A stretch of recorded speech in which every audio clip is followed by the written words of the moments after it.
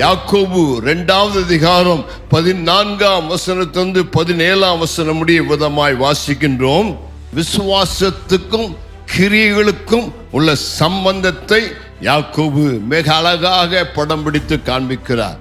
உன்னிடத்துல யாராவது ஒரு உதவி கேட்குறாங்க, கஷ்டப்படுறவன், தேவையுள்ளவன், அப்போ நீ சும்மா உனக்கு ஜெபம் பண்றப்பா ஆண்டவன் தேவையை சந்திப்பான்னா உனக்கு தான் விசுவாசம் இல்லைன்னு அர்த்தம்.